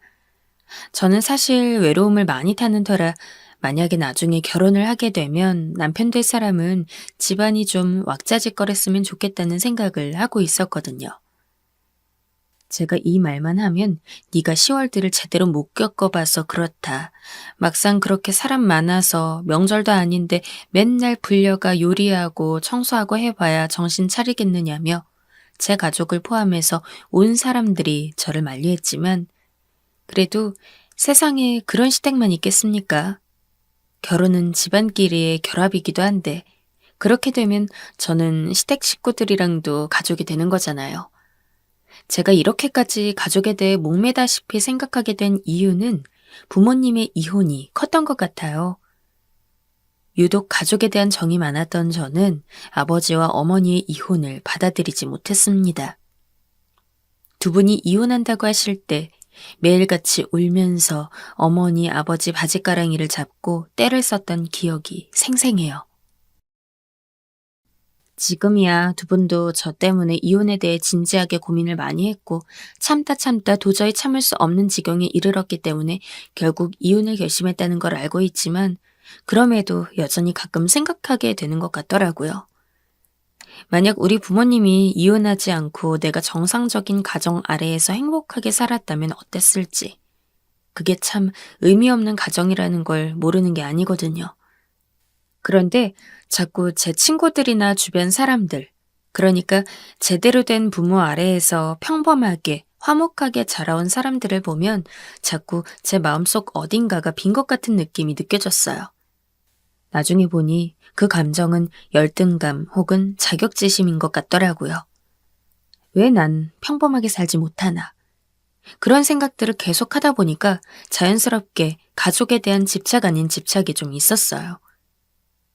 요즘 세상에 힘들다곤 하지만 전 피 하나 안 섞인 남이라고 하더라도 정말 가족 같은 사이가 될 수 있다고 믿었기 때문에 지금의 남편과 결혼을 결심하게 되면서 내가 그 누구보다도 시댁 식구를 잘 모실 거라는 다짐을 했습니다. 참 다행스럽게도 저희 시어머니 너무너무 좋으신 분입니다. 내가 그렇게 가족하고 노래를 부른 걸 신이 안 건지 정말 친어머니처럼 따뜻한 시어머니 덕분에 결혼을 준비하는 내내 저는 하루빨리 남편과 결혼해서 시댁 식구들과 가족이 되고 싶었죠. 저희 시어머니 결혼 전에도 제가 집에 온다고 하면 전날부터 바리바리 장을 보시고는 저 좋아하는 음식들로만 한상 가득 차려주시고 장난이시겠지만 우리 딸 어쩜 이렇게 복스럽게 잘 먹을까? 너무 예쁘다. 하면서 제 남편도 잘 안 해주는 칭찬을 마구마구 퍼부어 주시는 분이에요. 당연히 저도 시댁에 갈 때마다 시어머니 좋아하는 화분도 몇 개 사가고 가끔씩 시어머니 팔짱 끼고 남편만 집에 둔 채 저희끼리 외식하고 올 때도 있었어요.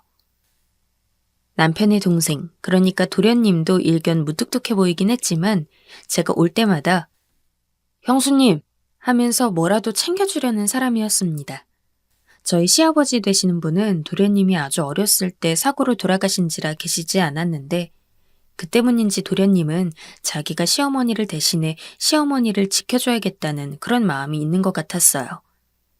크게 티내진 않았지만 평소에 기본적으로 가족을 아끼는 마음이 크고 행동 하나를 해도 가족 먼저 생각하는 도련님도 제 마음에 쏙 들었습니다.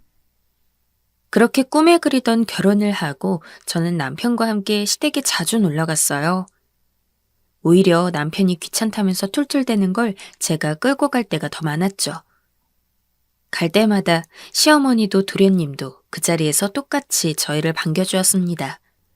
그렇게 하루 두 분을 뵙고 오면 그날은 기분 좋게 잠들 수 있었어요. 그러던 어느 날 한참 남편과 자고 있던 저는 새벽에 걸려온 전화 속 시어머니의 오열에 황급히 남편과 함께 시댁에 가야 했습니다. 결혼한 지 그리 오래되진 않았어도 한 번도 눈물 보이신 적이 없는 강인한 분이었는데 그렇게까지 세상을 잃을 것처럼 우시는 건 처음이라 남편도 저도 최대한 속도를 밟아서 빨리 시댁에 도착하길 바랐어요. 무슨 일인 건진 알 순 없지만 분명 심상치 않은 상황이 발생했다는 예감이 들었죠.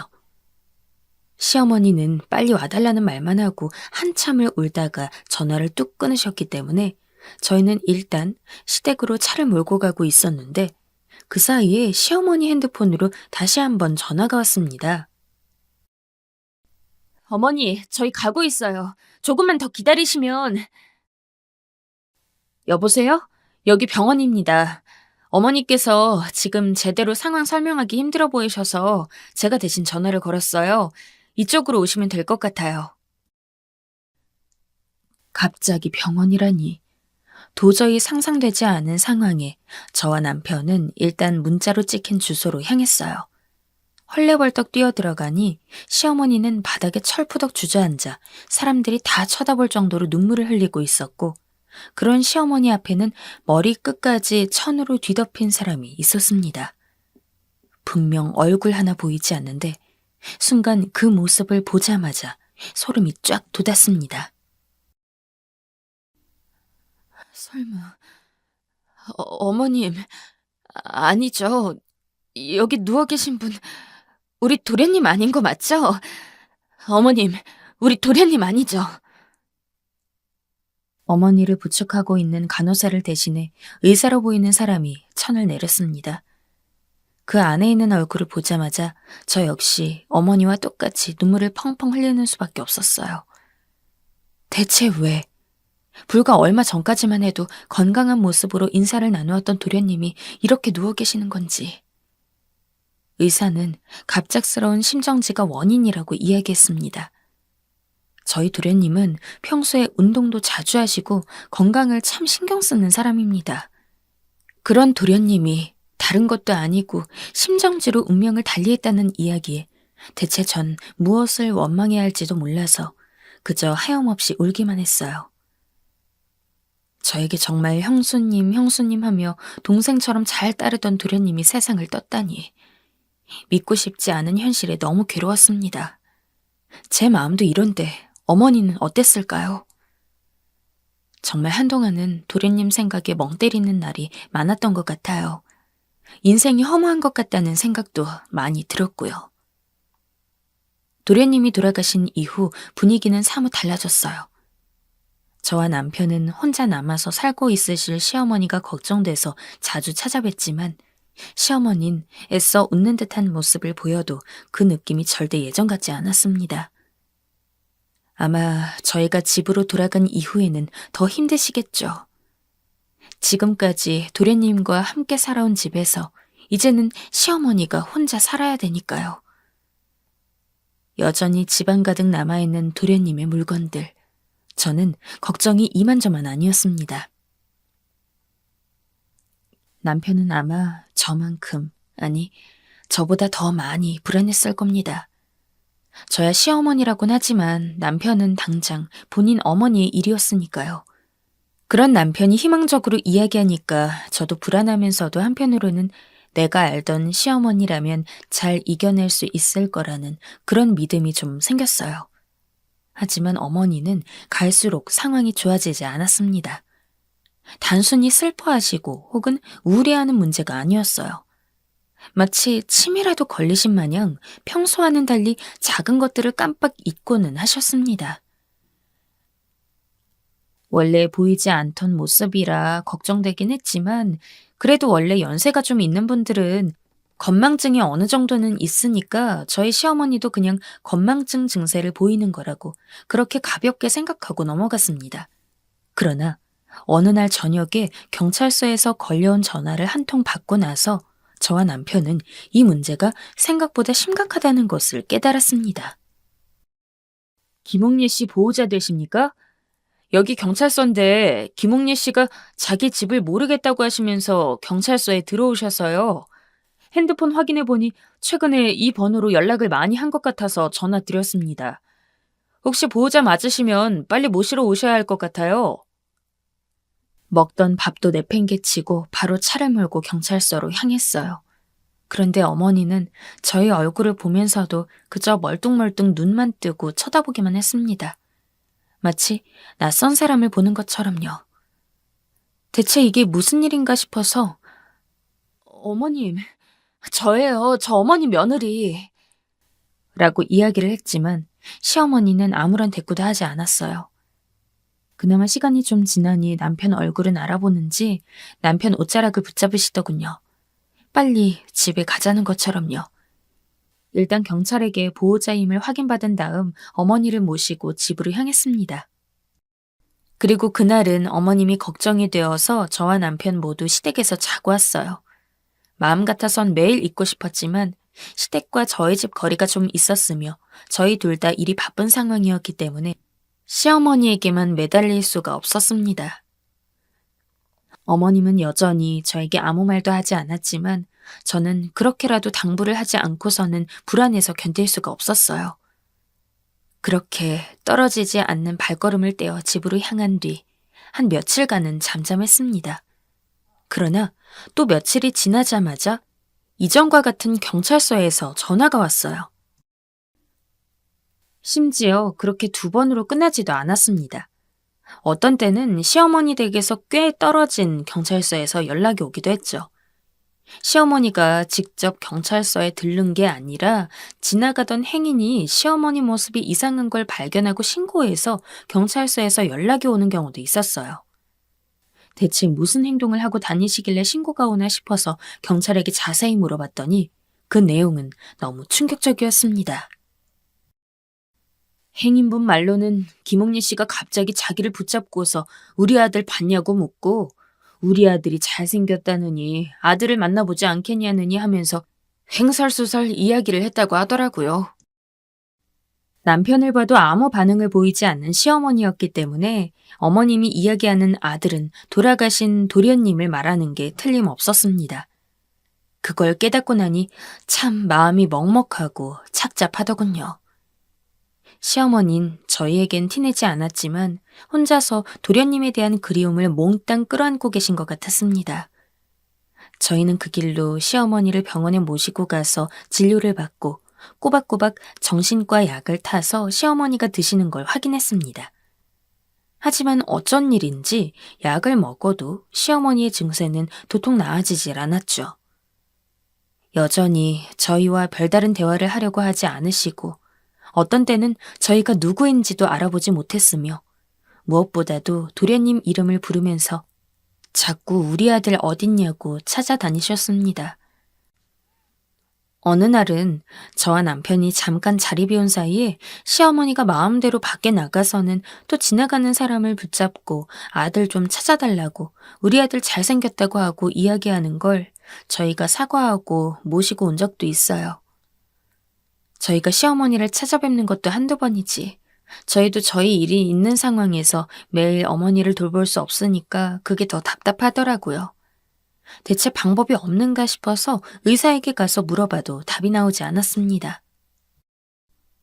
저도 남편도 매일 시어머니 걱정에 한숨만 늘었습니다. 그러나 마땅한 수가 떠오르지 않았죠. 그때 남편이 조심스럽게 제게 이야기했어요. 어머니를 정신병원에 입원시키는 게 나을 것 같다고요. 아들인 남편이 그런 이야기를 하기까지 얼마나 많은 생각했을진 압니다. 하지만 저는 시어머니를 절대로 정신병원에 입원시킬 순 없었어요. 다른 것도 아니고 자식 잃은 슬픔으로 정상적이지 못한 생활을 하고 있는 시어머니를 어떻게 정신병원에 보낼 수 있습니까? 도의적으로 말이 안 되는 일이었죠. 그리고 저에게 너무나 잘해주셨던 시어머니였기에 더더욱 그럴 수도 없었고요. 물론 그렇다고 해서 지금 상태로 평생 지켜보고 있을 수만은 없다는 걸 알고 있었어요.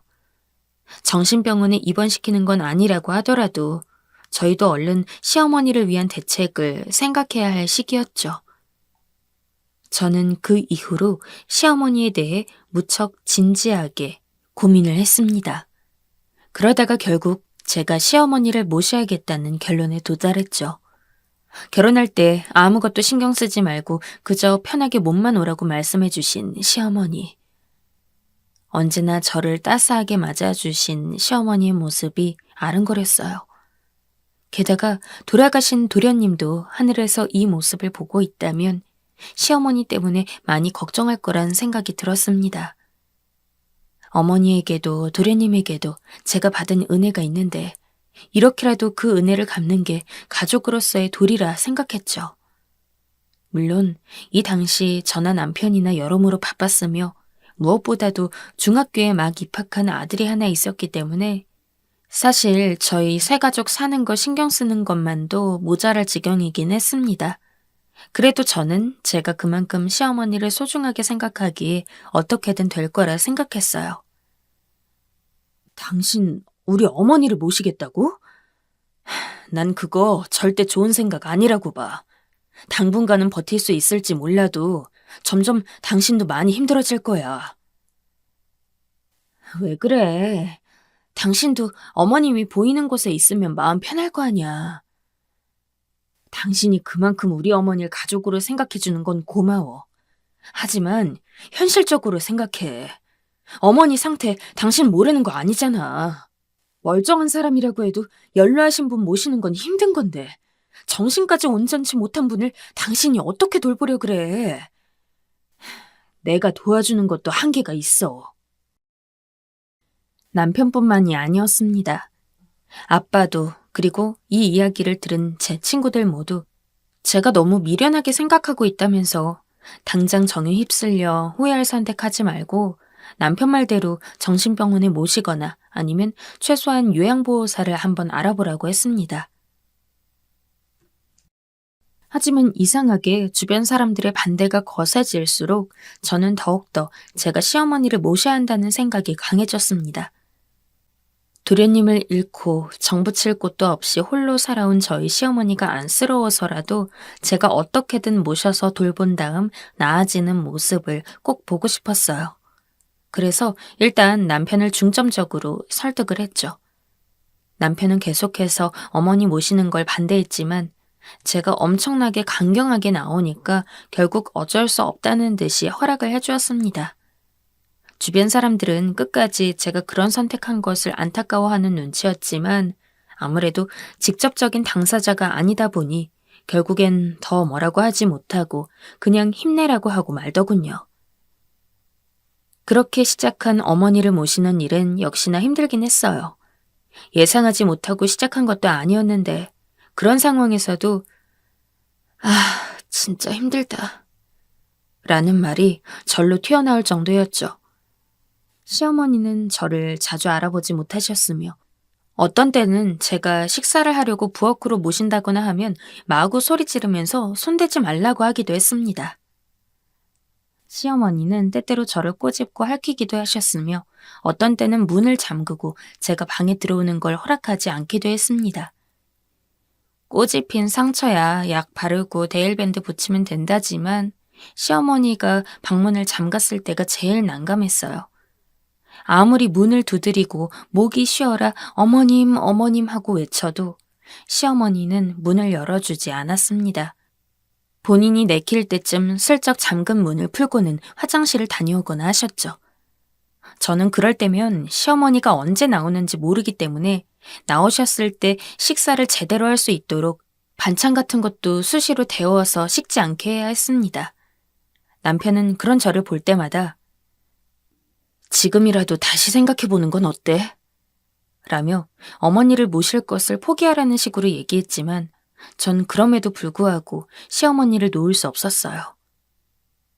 비록 아직까진 어떠한 차도도 보이지 않는 상황이었지만 저는 믿고 있었죠. 분명 제가 어머니가 다시 예전의 모습으로 돌아오리라고 믿고서 그저 묵묵히 행동하면 언젠가는 보답을 받을 거라고요. 그렇게 반년 정도가 지났습니다. 시어머니는 여전히 정신과에서 타온 약을 꾸준히 드시고 계셨고 계속해서 저희 집에서 함께 살고 계셨어요. 이제는 시어머니의 어지간한 행동에 면역이 돼서 당황하거나 놀라지도 않았고 그때그때 적절하게 대처할 수 있을 정도로 시어머니 행동에 익숙해졌습니다. 물론 그러면서도 여전히 시어머니가 이전과 같은 모습을 보이지 못하는 것에 대해 가슴 한편으로는 슬픈 생각이 있긴 했지만요. 그런데 어느 날 평소와 마찬가지로 아침에 일어나서는 식사를 차리고 시어머니에게 식사하시라고 말하며 방으로 들어갔을 때였습니다. 아가야, 많이 힘들지? 못난 시엠이 둬서. 네? 순간 너무 놀라서 말을 멈췄습니다. 이전에는 제가 들어가도 멀뚱멀뚱 쳐다만 보고 있거나 아니면 화를 내고 싫어하시기 바빴던 시어머니가 너무도 오랜만에 또렷한 눈빛으로 저를 보고 계셨죠. 심지어 제가 며느리인 것도 알고 계셨어요. 내가 정말 미안하다. 네 시동생 잃고 내가 정신이 나갔었나 봐. 나 때문에 고생 많았지? 내가 너에게 몹쓸 짓을 한 것 같구나. 아니에요, 어머니. 전 어머님이 건강해지실 줄 알았어요. 오늘 꿈을 꿨는데 하늘로 간 동식이가 꿈에 나와서 자기는 천국에서 잘 지내고 있다고 자기 걱정하지 말라더구나. 천국에서 아무 걱정 없이 행복하게 지내고 있다고. 나 이제 동식이 가슴에 묻을란다. 하늘에 간 녀석이 행복하다는데 어미로서 그거면 된 거 아니겠니? 시어머니는 놀라울 정도로 말을 또박또박 하시고 눈빛이 살아있다는 걸 느낄 수 있었습니다. 그 눈빛, 글로는 설명하기 힘들지만 항상 초점이 흐릿한 상태에서 허공을 바라보셨는데 저 말을 하실 땐 제 눈을 똑바로 쳐다보고 또렷한 눈빛을 보내주셨거든요. 그땐 어머니가 언제 정신을 잃을지 모른다고 잠깐 돌아온 것뿐이라고 생각했지만 희망이 보였어요. 다시 건강해질 수 있다고요. 그리고 몇 번 오락가락 하신 적은 있지만 놀라울 정도로 시어머니의 상태가 점점 호전이 되었어요. 남편 또한 시시각각 변해가는 시어머니의 모습에 매일같이 놀랄 정도였습니다. 이제 시어머니는 남편을 온전히 아들로 알아보고 있었고 저 또한 아주 가끔을 빼고는 며느리인 걸 알고 계셨어요. 예전처럼 저를 꼬집고 핥히는 일도 아예 없었고 조금씩이지만 일상적인 대화까지 가능하게 되었습니다. 하루가 다르게 정상적으로 변해가는 시어머니의 모습에 저희는 어머니와 함께 살게 된 지 약 1년 정도 되었을 때 다시 한번 병원을 찾았어요. 이미 그때 사실상 시어머니는 정상인과 똑같은 상황이었어요. 저도 의사 일을 오래 했지만 이런 경우는 정말 처음 보네요. 기적이 일어난 거나 다름없다고 생각합니다. 이제 더 이상 약은 안 드셔도 괜찮을 것 같아요. 완벽한 완치 판정이었습니다. 이미 어느 정도 예상은 했지만 직접 의사 입으로 그런 이야기를 들으니까 저도 모르게 눈물이 줄줄 나더군요. 어머니도 본인의 정신이 온전치 못했을 때 제가 집에서 시어머니를 모시겠다고 한 것에 대해 너무나 고마워하고 감사해 하셨습니다. 하지만 사실 저는 그동안 시어머니가 제게 잘해준 것에 대해서 보답을 했을 뿐이었기 때문에 시어머니가 감사할 일은 아니라고 생각을 했어요. 참고로 어머니는 지금 완전 정상이지만 여전히 저희와 함께 살고 계십니다. 저는 이제 시어머니 없이는 집이 적적해서 남편과 아들 셋이선 조금 허전할 것 같고 그게 아니라고 하더라도 시어머니가 다시 혼자 그 외로운 집에 들어가서 살게 하고 싶지 않았습니다. 비록 도련님은 돌아가셨지만 그래도 시어머니에겐 남편이 있고 그리고 저도 있잖아요. 제 아들도 처음엔 조금 할머니란 존재가 낯설어서 아주 달가워하진 않았지만 이젠 시어머니가 손주인 제 아들한테 너무 잘해주니까 아들도 할머니가 최고라면서 다니고 있습니다. 앞으로도 평생 이렇게 저희 가족과 시어머니와 넷이서 오손도손 함께 살고 싶어요.